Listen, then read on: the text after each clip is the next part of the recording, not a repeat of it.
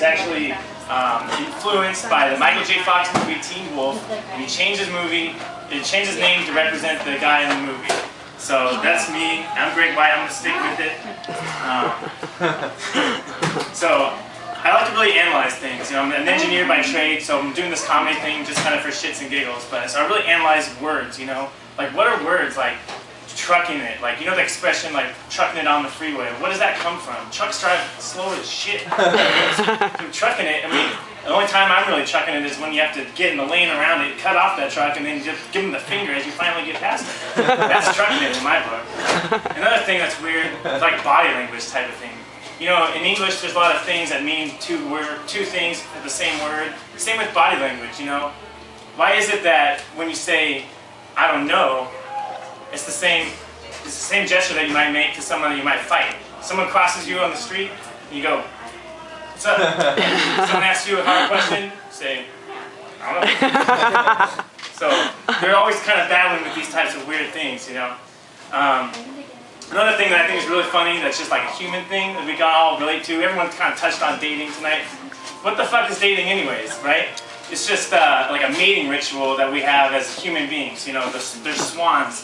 And the swan mating ritual is very elaborate. They look at each other, they make eye contact, and they do this like swan dance thing, and if the swan dance thing just aligns perfectly, then they mate or make love. Dogs, they'll just sniff each other's ass, and if it's good, then they'll just jump on it, and there you go.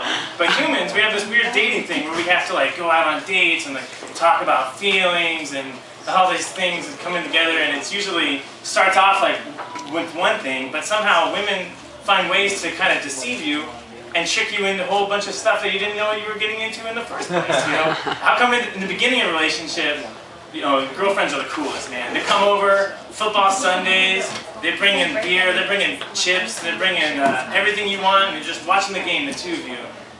2 years later, you have to ask permission to watch the game. She doesn't even know that it's Sunday anymore. She doesn't even know what's going on. She wants to go to church or take you to meet her parents or some shit like that. And it's like, what happened to the girl I fell in love with? Where did she go? She's gone.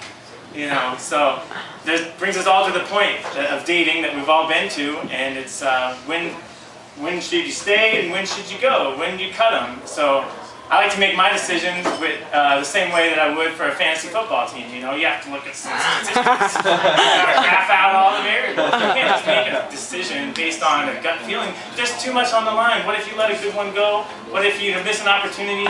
So that's why, as an engineer, shit, I'll just put that on Excel. I can graph all the traits I want. Seeing a little bit of dip in certain sexual activities. You know, hey, sorry, the trends are dictating that this just isn't working out. So that, I gotta go.